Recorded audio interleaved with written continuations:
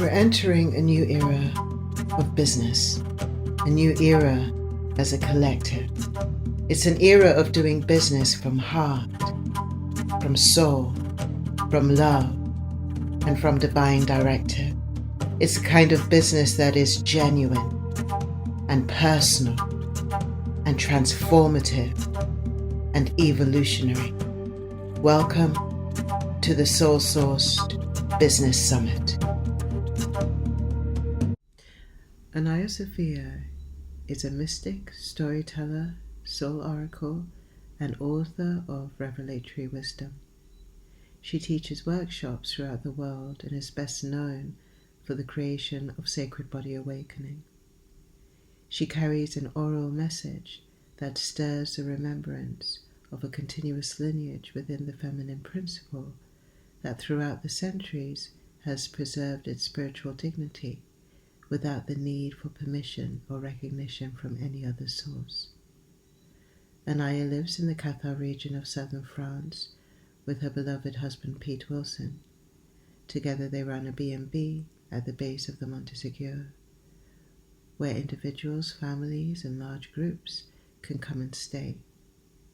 Anaiya is able to conduct baptism, marriage, divorce, and death ceremonies, as there are a chapel and spring on site. So hello to you, and I have got Anaiya Sophia with me, who I absolutely adore this woman. I've adored your work. I adore how you stand up for femininity and how rooted you are in femininity. So welcome so much, sister. Thank you so much for being here. Oh, thank you so much, Tash. It's such an honor to be sitting with you again. So the Soul Source Business Summit is really opening out to how we do business from heart, from soul, from divine directive. When I say Soul Source Business to you, what's the first thing that comes to mind for you? Soul purpose, destiny, what we are here to bring through. Yes. How does that feel to you? It feels like it's something that sat deep within the heart and sort of radiates outward if only we could believe that it's really there and that we listen to it. I often refer to it as a lantern. You know, back in the olden days, we'd have an old lantern. Look at my painty fingers. I'll explain that in a minute. And it lights the way. It lights the path. It lights the connections, the people involved, the places to go, the how to, the path to follow. I'm hearing a deep-seated listening and a deep-seating sort of like viewpoint, like perspective, you know, that is concentrated and open to the path ahead. Yes, and a lot of trust. Yes. Heck of a lot of trust and a heck of a lot of permission, the permission to follow. Because society is saying, don't pick up your lantern. Yes. Don't light the way of your own path that sat in your heart. Well, maybe not so much now, but back in my early days, you know, I was told to leave university to get a job, but I didn't do any of that. Yeah, I could feel that with you. So the first thing, because we're going to take this conversation through the lens, the three very distinct lens of clarity, of impact, and of money. So clarity, first of all. What does clarity come out for you, especially on a business level? How do you know that you're clear business-wise? To me, following my soul business and following my soul and following my heart are all one and the same thing. That the biofeedback gives exactly the same feeling. So my heart, like all of our hearts, we recognize when we're in a place of of joy, of beauty, of peace, of doing, I call it good works. And so that is my lens, that is my compass, that is my value system. Mm. Mm. There's a connectivity that I'm hearing. Is again, you're bringing forward that deep-seated listening. Yes. But the heart doesn't shout, does it? No. It's for me, the heart is quite a wide screen. Mm. I always say it's behind me. What on earth is in front of me? I don't know. But my heart energy seems to be behind me and to the side of me. Mm-hmm. And maybe perhaps it's a case of leaning back Mm. into it Mm. rather than really rushing forward. Even my posture, I Mm. can very easily stick my chest out Mm. and rush forward. And I Mm-hmm. remember a master yogi, he advised me, what happens if you just actually straighten your spine and pull your chest back? Mm. And I came into contact with quite a different quality of being. It's Yes. like the show off would go forward. Yeah. Hello, I've arrived. But Yes. when I came back, I was much more quiet, Mm. but powerfully quiet. Mm. Powerfully quiet. A lot of when I feel into clarity, a lot of what comes from clarity comes from that powerfully quiet place. Yes, You know, because yes. to really hear the heart, it takes some sort of spaciousness. And even in the moment, it takes bringing breath in just to create some spaciousness for that powerfully quiet. Yeah, Mm, yeah. yeah. So coming up, I mean, basically, the next thing that really comes up here is impact. And I think in all the work that we do, there's an element of impacting people, of a desire to be impactful, a desire to take what we do into the world and reach people. Yes. When you feel into social impact, what comes up there?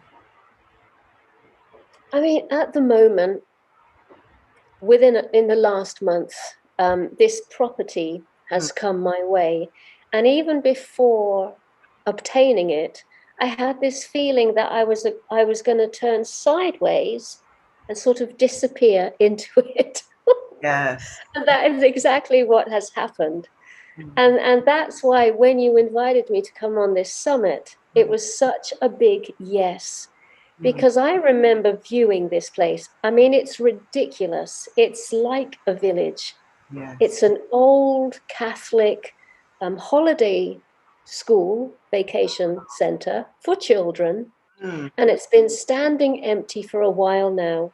It's got a chapel, it's got a great big crucifix on top of the mountain. Um, We're just at the base of Montségur in the Cathar region. mm. But I knew Mm. this is soul calling. Mm. This property is destined to come to me, to come to mum, to come to Pete. But the mind was saying, no, no, no, it's way too big. And I don't actually like the look of it. Mm. It's yellow, it's got red shutters. It's not my style at all. But I knew. And that was absolutely scary, really scary to say yes to. Mm. Um, and I knew that everything that I had done, being Anaiya Sophia, doing transmissions, doing whatever I did on social media, would be swallowed up. Mm. It's like I would be engulfed by this project. Yes. And I had to find clarity around that. I had to find ease and peace around that because that was inevitable. This is what's going to happen. You are going to disappear for at least 1 year. Mm. Mm. And so just going with that, yes, recognizing this is soul, this is your legacy, this is your work, this is what you offer out next. Whatever you was on social media and all those wonderful likes and all of those, invitations to summits, they are probably going to seriously drop. Yeah. And you shall not be around for a year. Yeah. However, you will be working away inside of this very special place to then open it right up to the people. Yes, I'm really hearing physical contact when you say that. I'm Yes. hearing bringing people back together again. Yes. Yeah, Yes. yeah. Today I've been on my hands and knees painting the kitchen floor by hand. And I have a funny old feeling I'm going to do the whole thing by hand rather than get a team of decorators in, because there's quite a few jobs that need doing. So that, the professional ones will be doing that.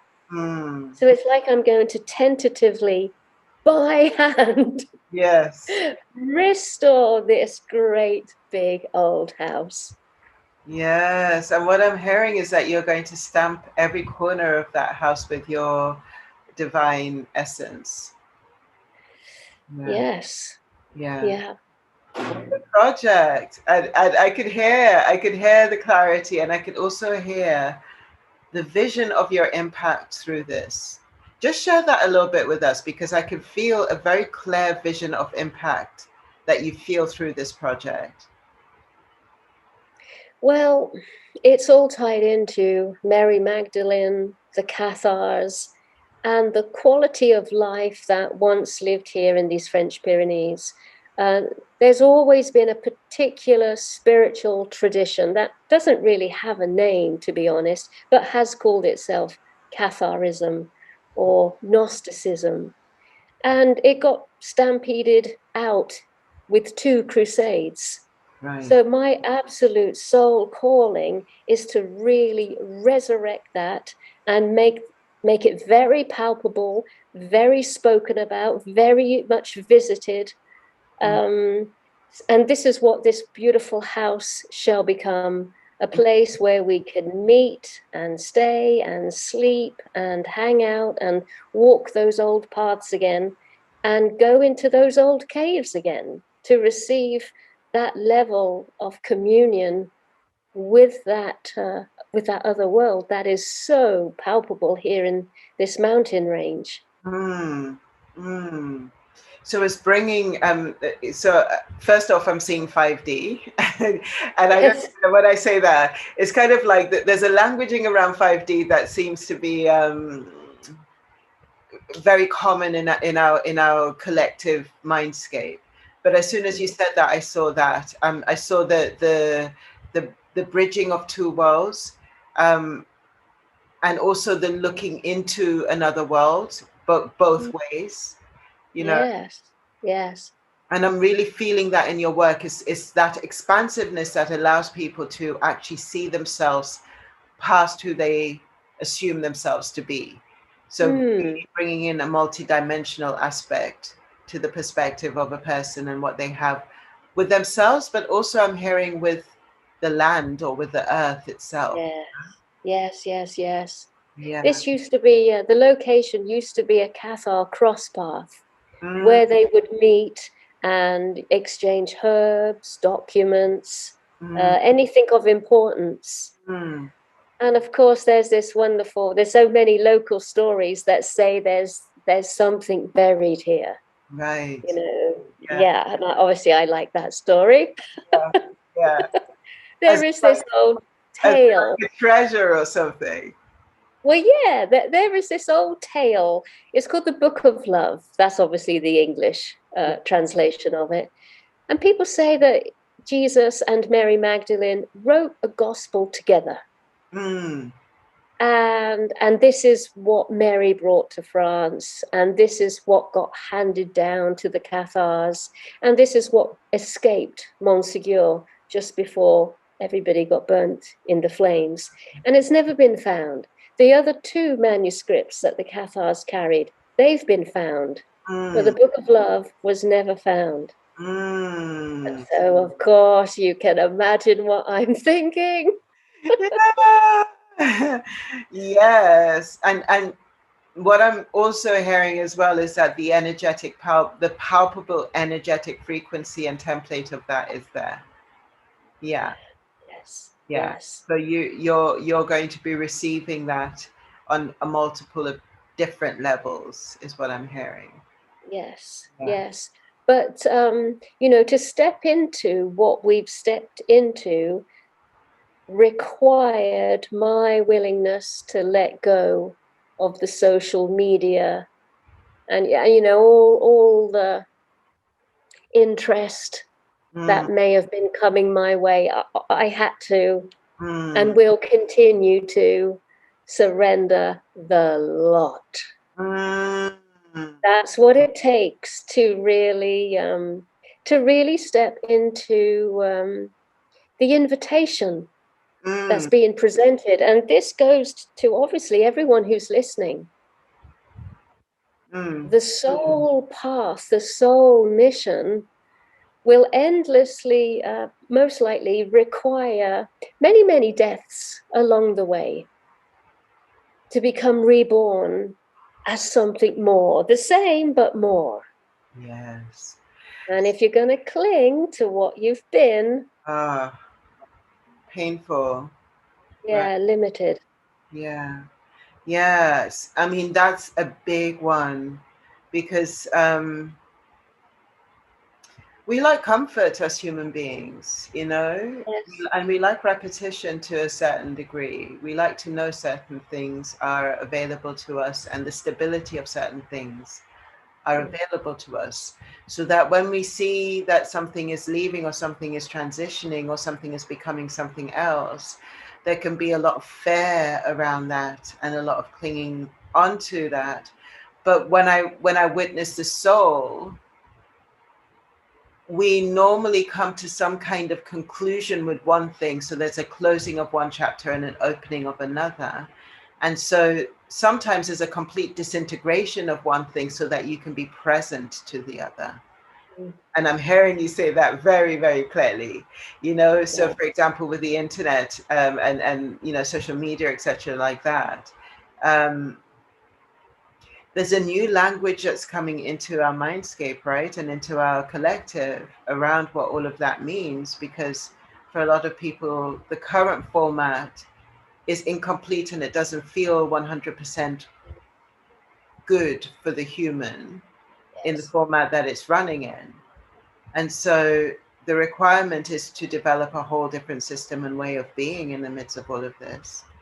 And the pioneering spirit of you, I feel, is leading a certain kind of way with that. Mm. Mm. Yeah, yeah, Mm. I really feel that. Money. What does money mean to you? Ah, well, when you go to the heart, I have found in that location where that beautiful agreement we made, some sort of like divine seal of approval from the Almighty, um, and the origins of all the connections we shall make because it has been proclaimed. Mm, That place where that soul purpose sits mm, is also a place of divine providence. mm, I feel and I experience. mm, So divine providence literally is I, the great I, will provide everything. Now, that's one part of the character. mm, There's another part of the character who comes from Irish background. mm, My father absolutely mm, experienced famine mm, and poverty. mm, So there's a part of me that is extremely close mm, to, do I have enough? Will I have enough? What about the future? What about this? What about, what about? So there's this wonderful little game I'm playing in this incarnation, which is the awareness of that, the awareness of scarcity and mm, poverty and fear around survival. And again, resting. Notice I'm going backwards again. Resting.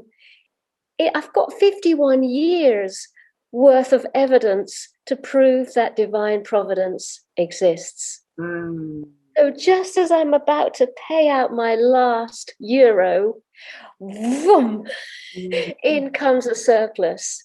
Yes. And so, you know, what my family has just done now, we have placed everything on this roulette wheel. Mum and Dad and myself have come together. We've put everything on this one little, I don't know what it's called, but you know what I mean. One color, one number.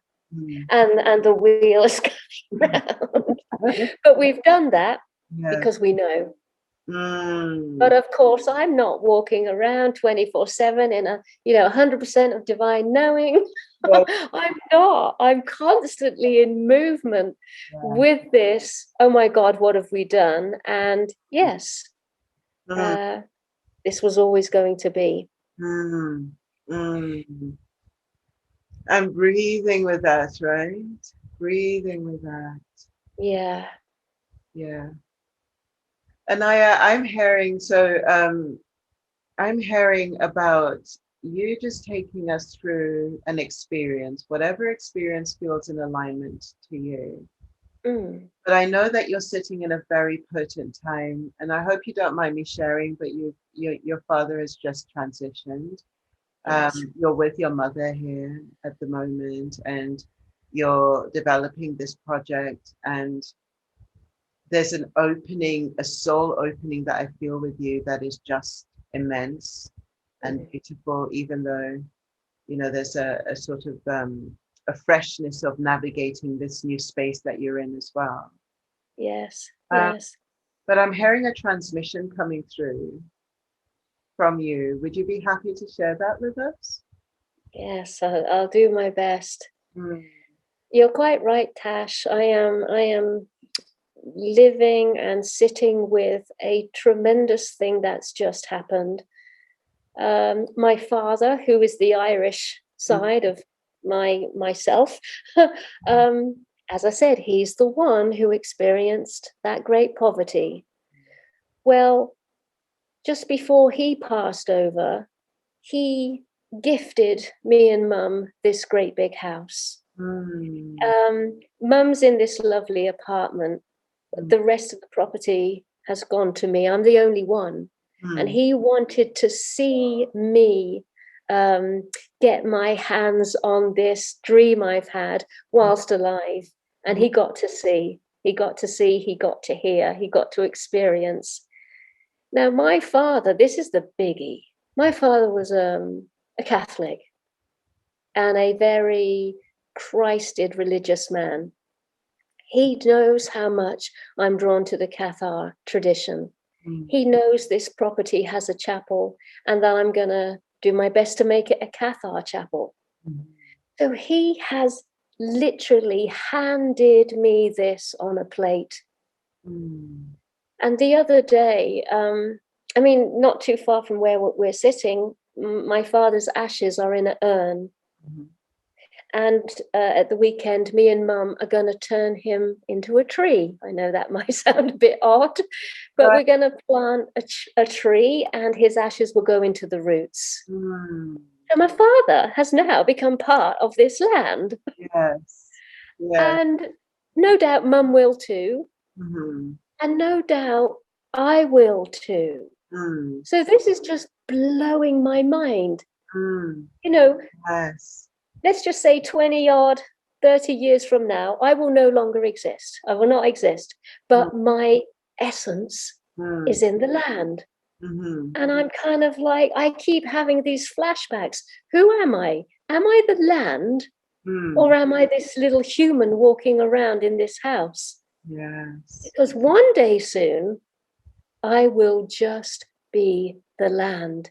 And will I, as land, start transmitting out to other young men and women, calling them back to this Cathar presence It's like, who's calling who? Yeah.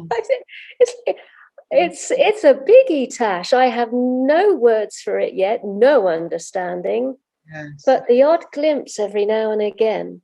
Yes. Who is calling who? And maybe with all of our soul work, who is calling who to bring this through at the end of the day? Mm.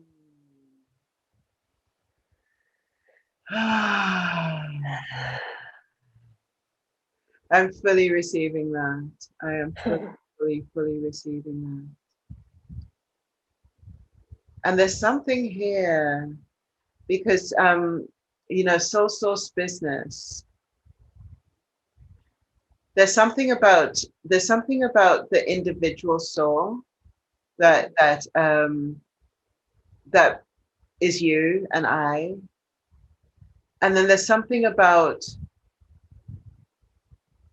the connectivity of soul to source that is interconnecting us to every single thing. Mm. And the way that this dimension is operating, obviously, is a sense of soul that allows us to experience a unified form, but also is connecting to the universality of everything. And what you just said about who is calling who is kind of like just the eradication of any divisions between that and a real flow of information coming through, you know? Yeah. And that's beautiful because it's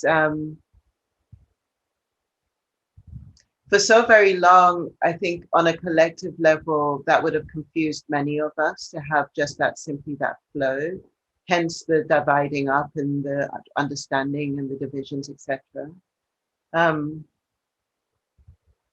And now it feels like there's a languaging that's developing and a way that's developing that's really just bringing that flow into being. Mm. Mm. And that flow, I'm really, because I'm still hearing transmission. I'm hearing that the soul part of business.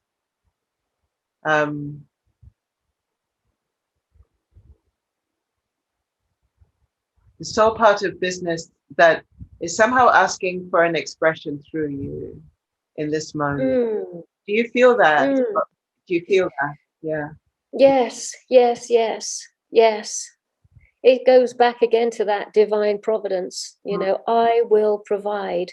Who is the I? Which I?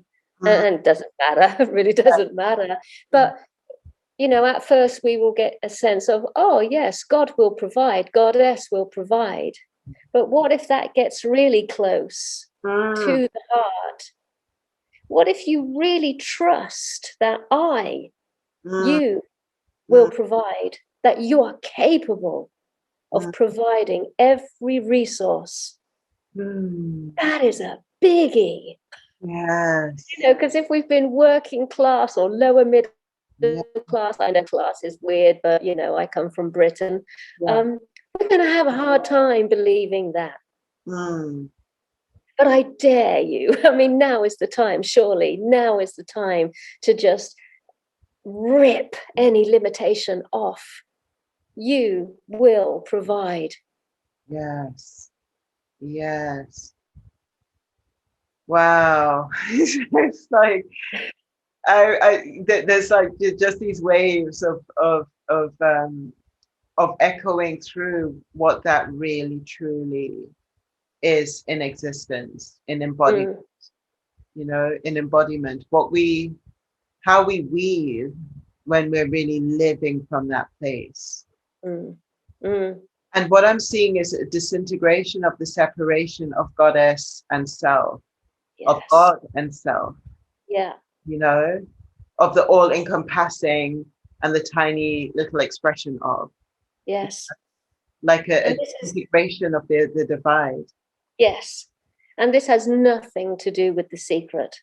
This has nothing to do with manifestation and affirmation and all of that. No. It's much deeper. It's really coming from, that compass, that inner compass, that lantern, that heart It's coming from the heart. I will provide, you will provide. Divine providence.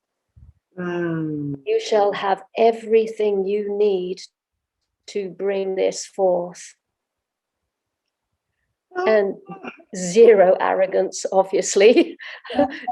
Zero. And because I'm entitled to. No, zero. Yeah. Zero entitlement. It's so humble where it's coming from. It's actually uncomfortably humble. It's agonizingly humble.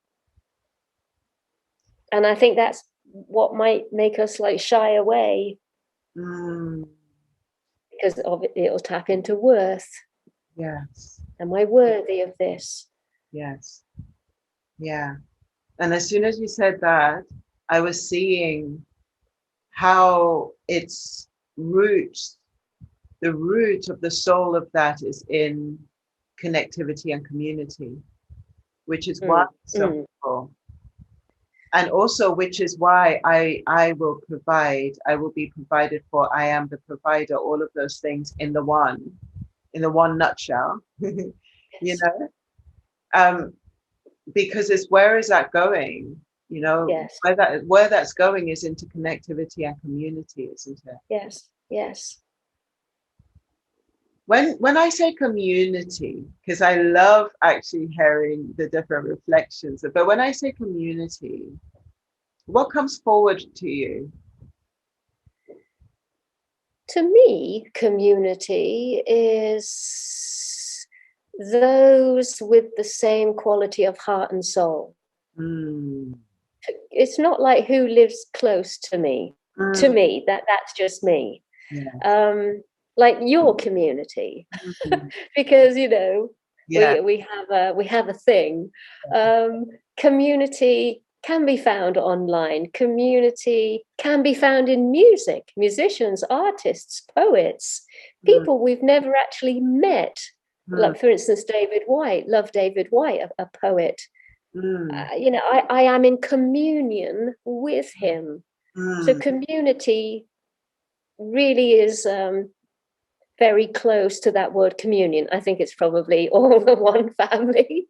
It's anyone who you can drop into communion with. Wow. And just coast on that sameness, that same desire, that same longing, that same beingness. Presence is what I'm hearing when you say that, right? It's a level of presence, and also a level of like committed cultivation is a word, there's a phrase, committed cultivation. Yes.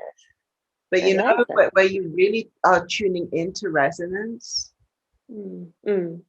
Yeah. Tuning into resonance and really feeling what the communion is. Yes. And that's creating a level of community that is so powerful when I feel into it from that space, or has the potential to be. Yeah. Is that what you're creating, Anaiya? I hope to, Tash. I hope to. Yeah. I hope to call all of those sort of Christed ones who almost found what they were looking for in religion, but not quite. And here they can just tap right into that early Christian, before anything was made of it, before anything was named.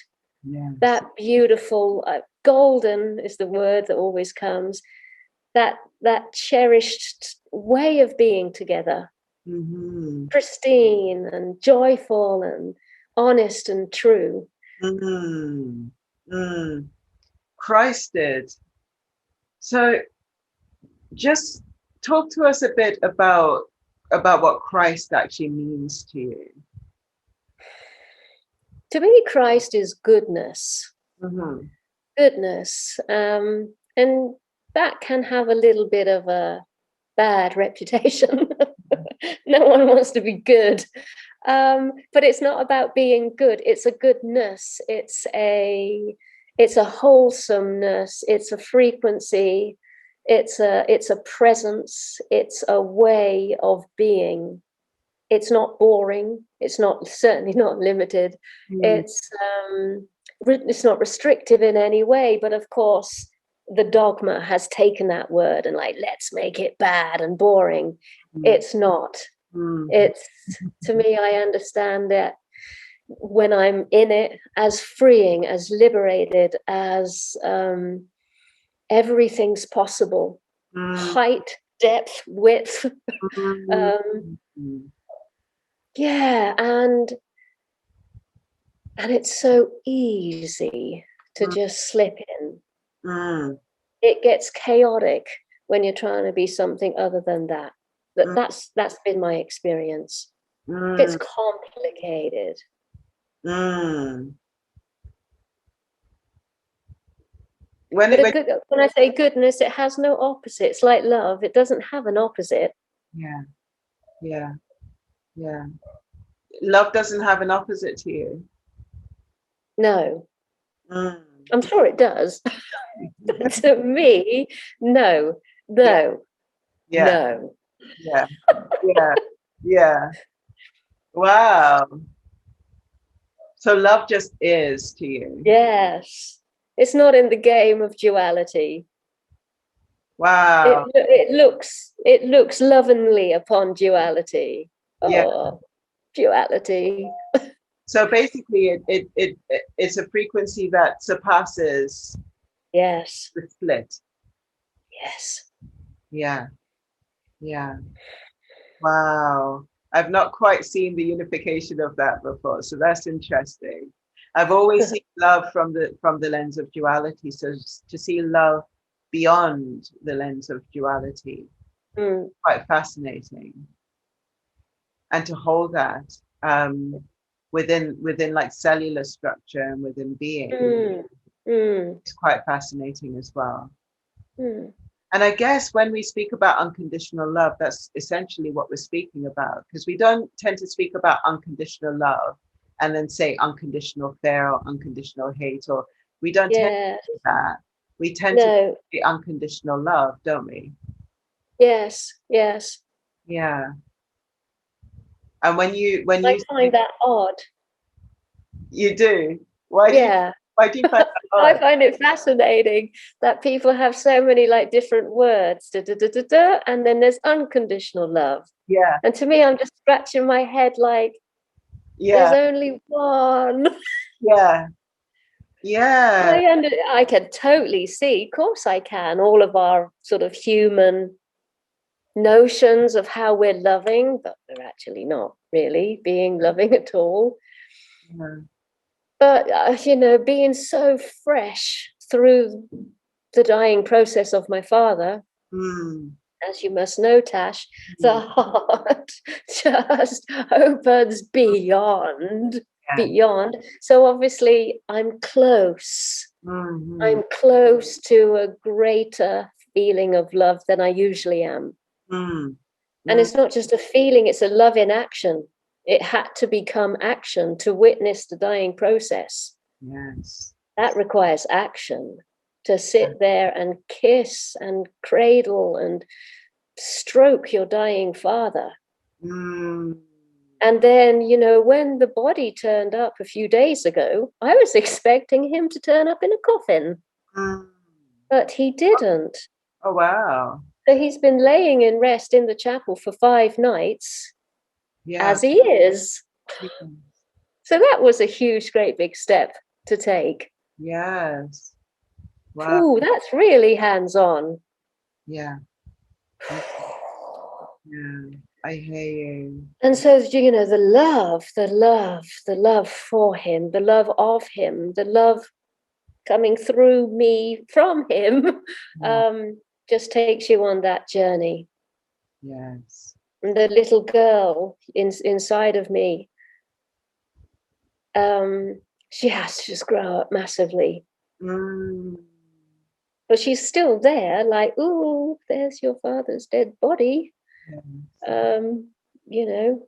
And so, you know, at first I was like, I wouldn't get close. I just sort of circled him, but the circle just kept getting closer and closer and closer. And then I was there, and I'm in, and I'm touching. But, you know, in the West, people turn up in coffins. Yes. But not this week, they don't. Yeah. That's actually quite amazing. And it's amazing what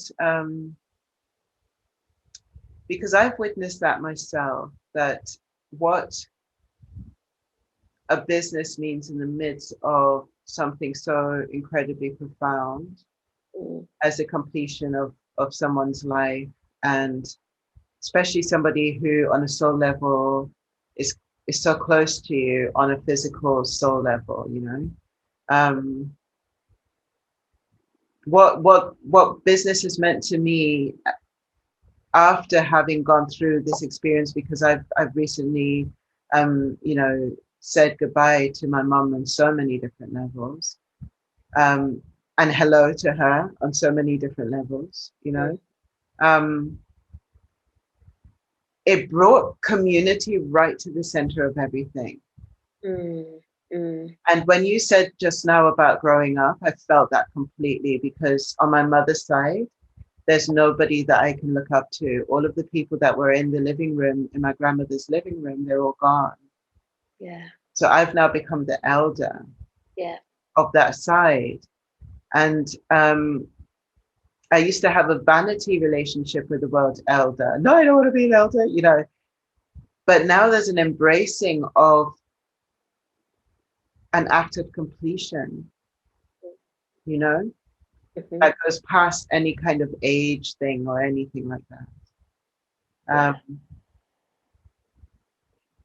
And yeah, what I'm witnessing, what business means in the middle of that, because my mum immediately said to me, we've got work to do. Like no long, like she hadn't passed very long, and she was like, we have lots of work to do, let's get to it, you know. And community is what came forward from that. And it's really interesting, you know, receiving the reflection of your father doing the same for you, you know. And at the heart and the center of it is community again. He used to do lots of works for charity for Romanian children.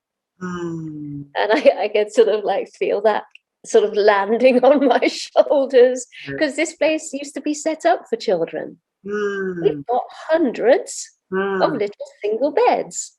Wow. So like, right. Okay. Wow. Okay. Yeah. There used to be dormitories, you know, like a school.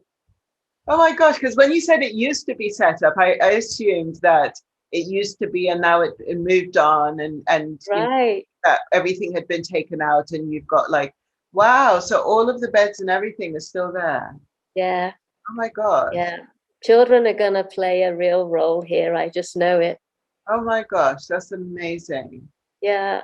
And it's like handing over a baton to you. Yes. A completion, but also, like I say, massive community. Yeah. Oh my gosh, Anaiya, thank you so much for this reflection. It's been absolutely and utterly, in some ways, astounding. I can feel sort of like ricochets of it going through. Thank you for your presence, you know. Thank you, Tash. And if I may just say, you are quite possibly the most beautiful and handsome being I've ever laid eyes on. Oh, bless you. Thank you. I just love this thing. Oh, thank you so much. Oh, it's so delicious. So delicious. Oh, I'm receiving that so much. Thank you. Thank you so much. It's yeah, I'm just feeling that in my heart and in my belly. Thank you. Yeah. Oh, thank you for everything that we've shared, my love. And thank you so much for your presence, given everything that's going on. And thank you for showing up in your father's hat. You know? Ireland. Yeah. Oh my gosh. Yeah. Thank you. So Okay. love. See.